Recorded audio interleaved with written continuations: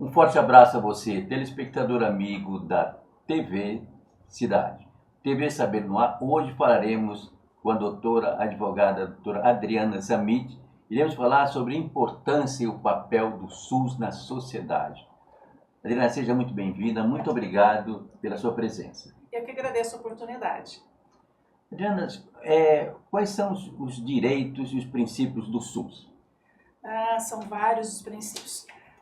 Um dos principais é o princípio da universalidade, ou seja, o SUS atende todas as pessoas, independente de ser nacional ou estrangeira. A integralidade, que é a oferta do serviço do começo ao meio ao fim, ou seja, o preventivo, a parte de medicamentos, a parte da cura, vamos dizer assim, né? Preventivo e curativo. E tem outros princípios também, como da autonomia do paciente. O médico passa para o paciente, por exemplo, se um determinado tratamento, o paciente ele decide se ele quer ou não fazer o tratamento, ou se ele iniciou, se ele quer desistir ou não do tratamento. É o princípio da autonomia. Há outros princípios também, mas os principais são esses. Em relação a deveres e direitos, a Lei 8080/90, que regulamenta as ações e os serviços do SUS, ela é muito ampla em relação aos direitos. Aqui vale lembrar, por exemplo, o direito de ser atendido por médico, medicamento, cirurgia se for precisar, direito de órteses, próteses, enfim, ela é uma lei muito ampla. E quanto aos deveres, a gente fala muito em direito. Eu entendo que também as pessoas têm os seus deveres. Por exemplo, o que ocorre é que a pessoa marca uma consulta, não comparece e não avisa o sistema que não irá comparecer para dar a chance de colocar uma outra pessoa no local. Uma outra coisa que eu já presenciei fazendo uma visita ao pronto-socorro, na época que estava no Conselho do Idoso, foi que não tinha papel higiênico, sabonete, não tinha tampa do vaso sanitário, porque os munícipes que vão usar o sistema público de saúde acabam levando ou danificando o patrimônio que eles estão usando. Então, muito se falam em direitos, mas tem os deveres também. Adriana, quais são os principais desafios do SUS? Bom, primeiro lugar, eu acredito que seja a verba, que do meu ponto de vista ela vem diminuindo. Então, acho que a verba precisa de mais mão de obras da área da saúde, como enfermagens, médicos e outros profissionais da área. Acredito problema de gestão e problema de medicamento. E consultas, né? Porque eles abrem uma agenda para consulta, mas a procura é muito maior do que as consultas que é oferecidas. Porque na realidade o governo federal é o principal financiador dos estados, também dos municípios. E esse controle é feito? Bom, na verdade, os impostos são vários impostos, municipais, estaduais e o federal. E ele é repassado para o município. Né, uma parcela é repassada para o município, repassada para o estado e para o município. Mas isso aí, a Secretaria de Saúde, por exemplo, aqui da cidade, ela tem o dever de presenciar, ver como está sendo gasto esse dinheiro? Sim, sim. As verbas, elas são chamadas de carimbadas. Ou seja, se o dinheiro foi para um trabalho, vamos dar um exemplo, vacinação, ele só pode ser usado para aquilo. Ele não pode ser tirado e usado para uma outra área da saúde. Então essas verbas são carimbadas justamente para que não haja uma má aplicação do dinheiro público. Adriana, quem tem plano de saúde tem direito a usar o SUS? Tem. Agora vou fazer uma pegadinha. Quantas vezes o senhor usou o SUS hoje? Ou quantas vezes o senhor usa o SUS? Olha, o SUS, na verdade, é o primeiro caminho a ser procurado. Eu acho que aqui, não só aqui na cidade, como em todas as cidades, entendeu? E eu considero o atendimento aqui, o SUS, nos postos de saúde, dos melhores. Eu concordo. Porque uma observação que as pessoas se equivocam é delas acharem que o Sistema Único de Saúde se refere apenas e exclusivamente a pronto-socorro municipal e aos PAMOs. Na verdade, isso é um grande equívoco.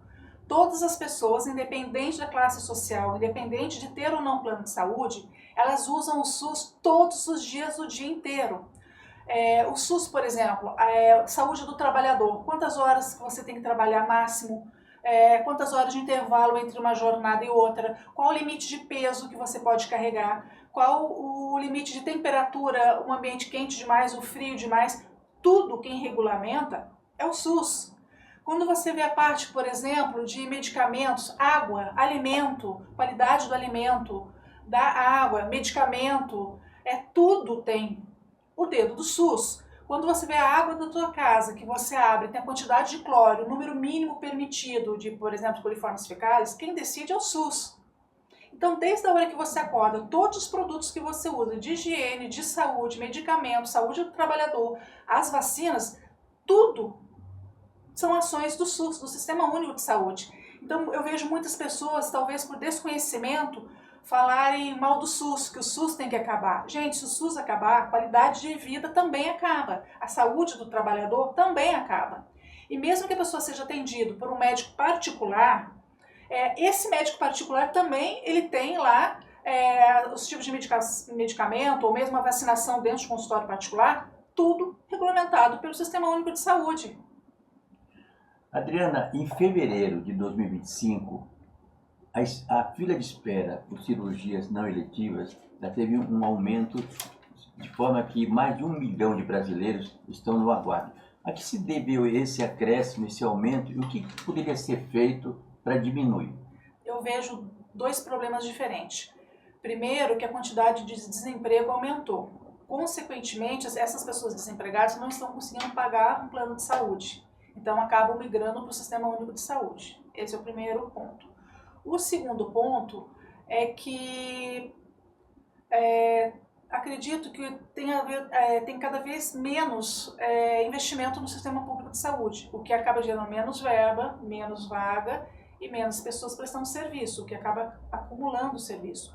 A cidade de Taubaté, estava até comentando aqui nos bastidores, do meu ponto de vista, tem um sistema público de saúde excelente. Vejo muitas pessoas reclamando. Eu já passei pelo pronto-socorro municipal e o atendimento eu dou nota 10. E você vê o mesmo atendimento em outras regiões do país, o atendimento é muito precário e deixa muito a desejar. A nossa cidade, graças a Deus, tem um sistema muito bom.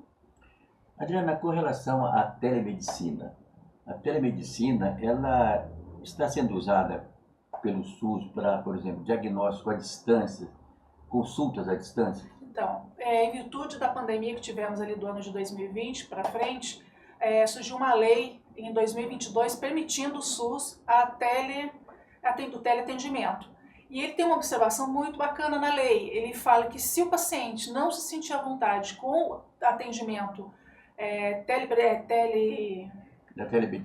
Da telemedicina, ele pode optar em não querer o tratamento da telemedicina e optar pelo tratamento presencial diretamente com o médico.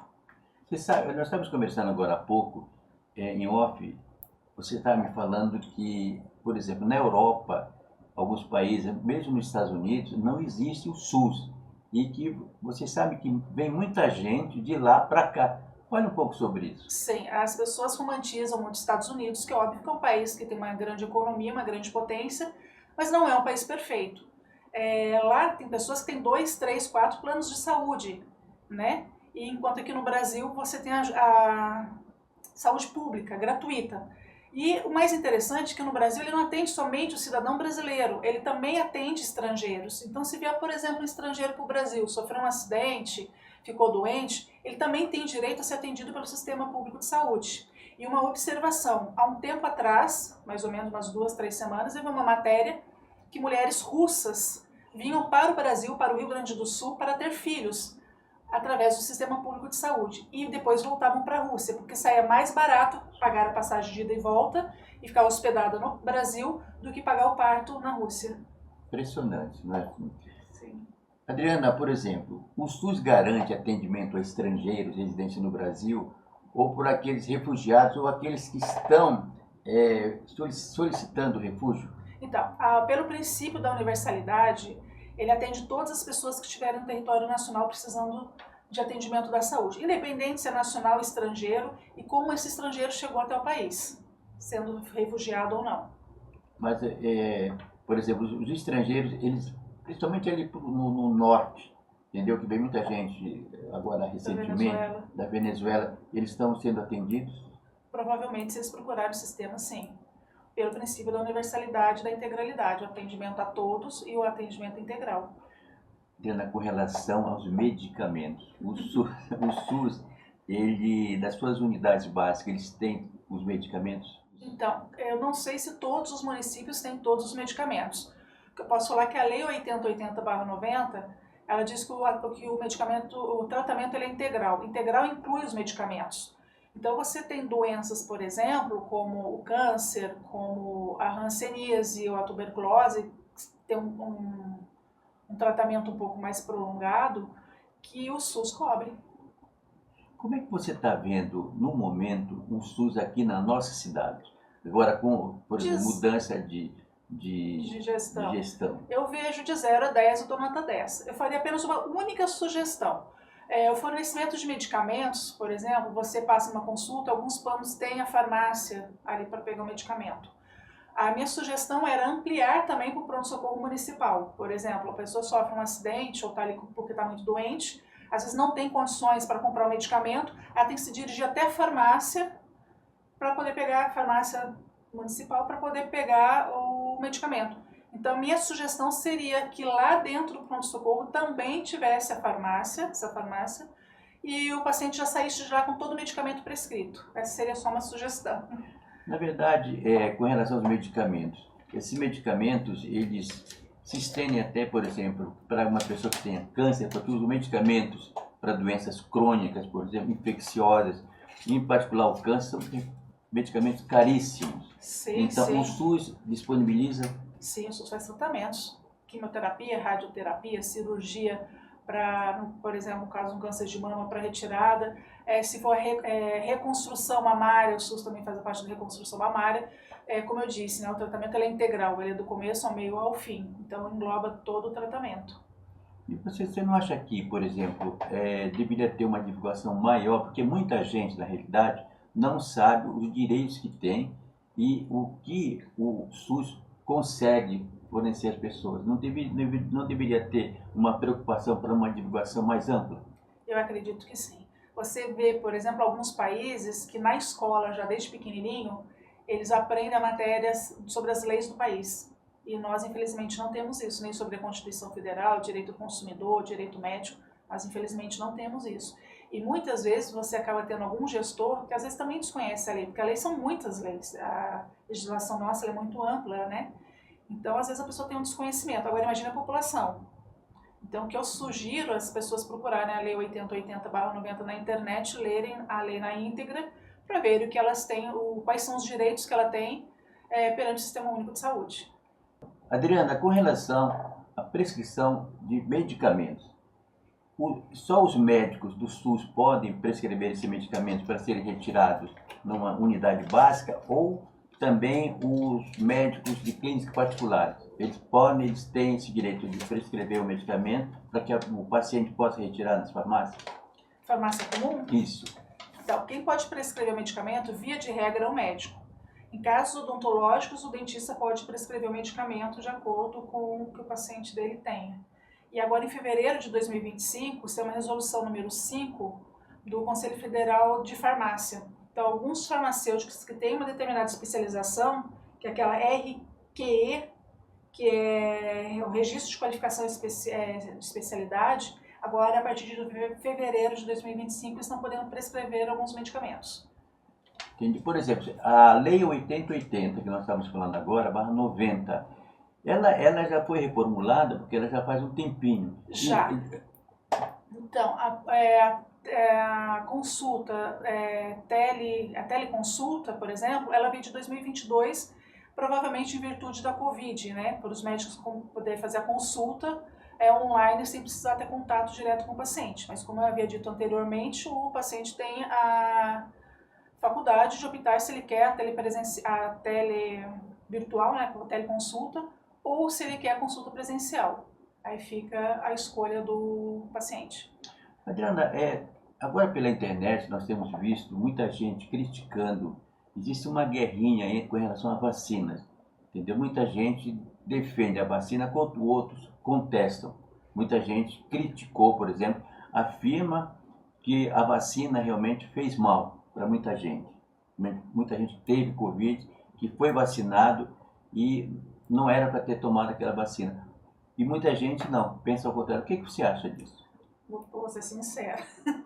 A vacina, em regra, ela é muito importante para a saúde, tanto que hoje a gente tem o controle ali da poliomielite, você tem a coqueluche, você tem várias outras, a pneumonia, gripe. São várias vacinas que você vem para proteger as pessoas de ter uma doença mais grave. Então a vacina, do meu ponto de vista, em regra, ela é muito bem-vinda. Em relação à vacina do Covid, o que eu vejo as pessoas comentando, e eu entendo e concordo, é que foi uma vacina feita muito rápida, por causa, em virtude da pandemia, né, é compreensível, mas que não existia um estudo ali mais profundo sobre aquela de RNA, quais as consequências disso no corpo humano para o futuro. Eu vi algumas pessoas dizendo que é preferível estar vivo para depois discutir as sequelas, e outras dizendo que a vacina poderia trazer uma série de efeitos colaterais.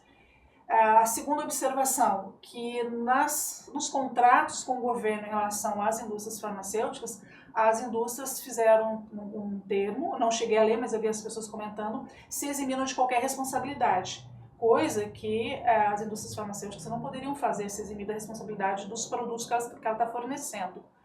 E, por outro lado, hoje nós estamos vendo que algumas, como a RNA, algumas marcas acabaram trazendo alguns problemas, como a miocardite, AVC, trombose, entendeu? Então você tem que colocar ali numa balança os prós e os contras. Adriana, também existe assim, umas reclamações com relação a ambulâncias, com relação ao SAMU, por exemplo. A demora, às vezes um atendimento, uma pessoa passa mal dentro da residência ou sofre um acidente na rua, então demora muito. E esse ponto está sendo verificado para que essa demora diminua, não exista? Então, o que eu sugiro é que as pessoas participem das audiências públicas que tem na Câmara Municipal, principalmente sobre a área da saúde, e coloque esses problemas junto ao prefeito e aos vereadores, sobre o que pode ser feito para a população para que essa demora não ocorra e para que seja comprada novas ambulâncias. Você falou agora sobre vereadores e tal. De uma forma geral, a política nos últimos anos aqui, de uma forma geral, não só desse prefeito que chegou agora em janeiro, dos outros prefeitos, você acha que a preocupação com o SUS, ela tem sido satisfatória?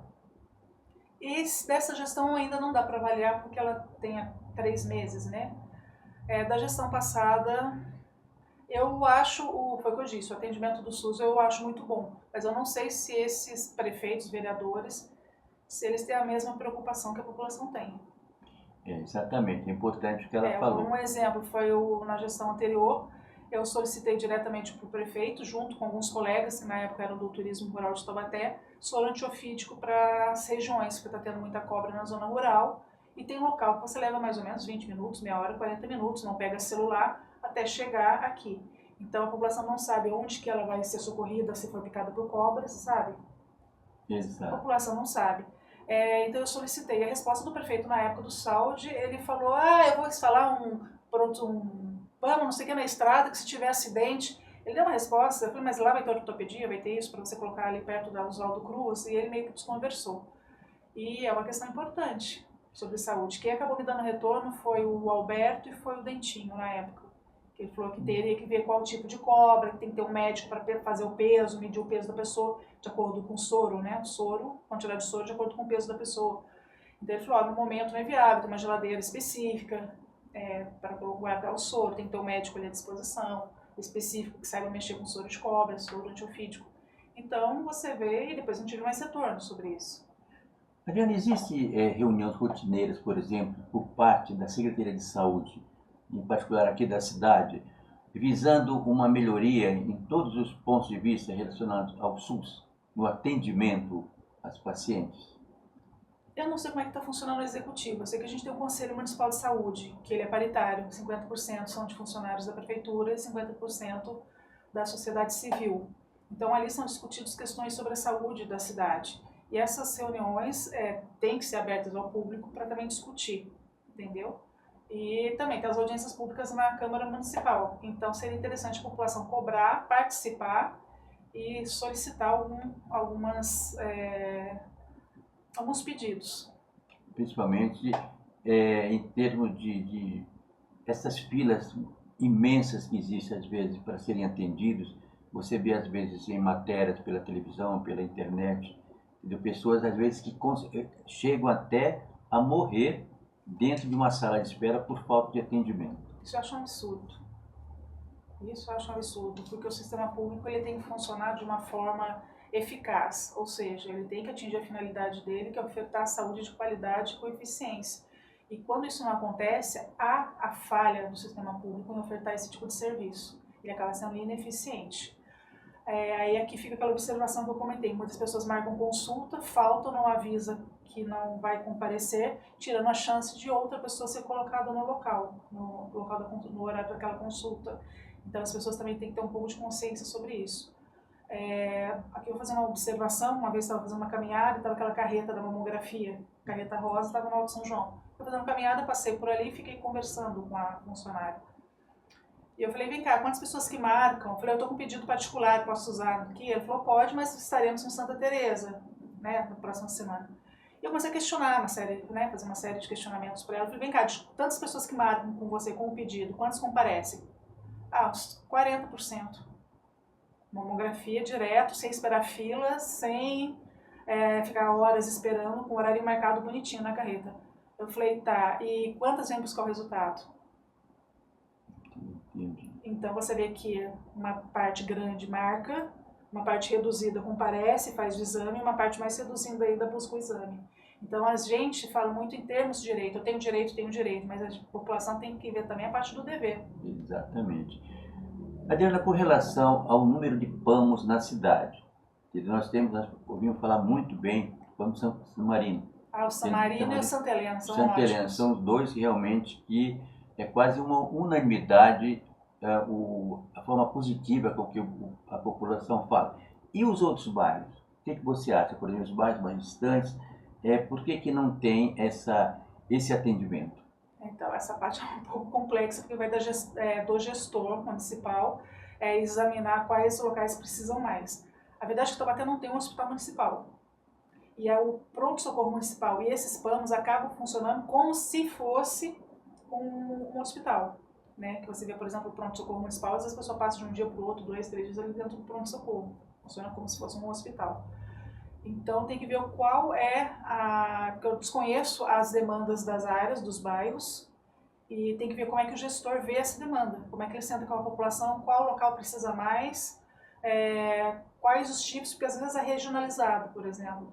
Tem um determinado local que eles precisam mais de um determinado tipo de serviço médico, às vezes tem outra região que precisa de outros. Por exemplo, se você for pegar o país, cada região do país é um tipo de atendimento diferenciado. Por exemplo, se você for pegar no Amazonas, é um tipo de... Tem a febre amarela, tem outras doenças que a gente não tem para cá. Se você for pegar populações diversas, do homem, da mulher, da criança, do idoso, são atendimentos diferenciados de tratamento do SUS. Cada um tem a sua necessidade.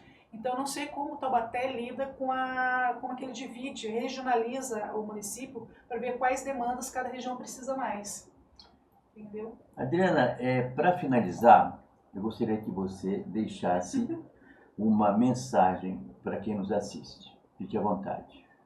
Primeiramente, aqui eu vim defender o Sistema Único de Saúde, porque para mim é o melhor sistema do mundo. Óbvio que há falhas, óbvio que não está perfeito, mas ainda assim é o que ajuda quase toda a população. Segunda observação, como eu havia falado anteriormente, todas as pessoas, independente da classe social, independente de plano de saúde, elas usam o sistema de saúde público todos os dias, o dia inteiro, porque é a saúde do trabalhador, é a vacinação, é o controle de epidemia, é o controle da água, do alimento. Então, todos os dias, todas as pessoas usam o Sistema Único de Saúde. Então, vamos defender o Sistema Único de Saúde. Terceira observação, leiam a Lei 8080/90, você digita ali no Google, na internet, Lei 8080/90, ali vocês vão ter a lei na íntegra. E leiam para vocês verem quantos direitos vocês têm, vocês não sabem, vocês desconhecem. Tem tanta coisa bacana, tanta coisa legal que o SUS fornece, que as pessoas desconhecem. Então, essa é a minha dica aqui, o meu pedido para falar sobre o SUS. Nossa, importante. Parabéns. Adriana, queremos agradecer a sua presença. Brevemente, que você volte aqui, agradecer a sua atenção, as suas explicações sobre um assunto tão importante que é o SUS. Eu que agradeço a oportunidade de estar aqui hoje e agradeço a todas as pessoas que estão assistindo. Bem, Falamos com a doutora, advogada, a doutora Adriana Zamid, falando sobre a importância e o papel do SUS na nossa cidade, na nossa sociedade. A você um forte abraço, obrigado pela sua atenção, pela sua sintonia. Estaremos de volta na próxima semana.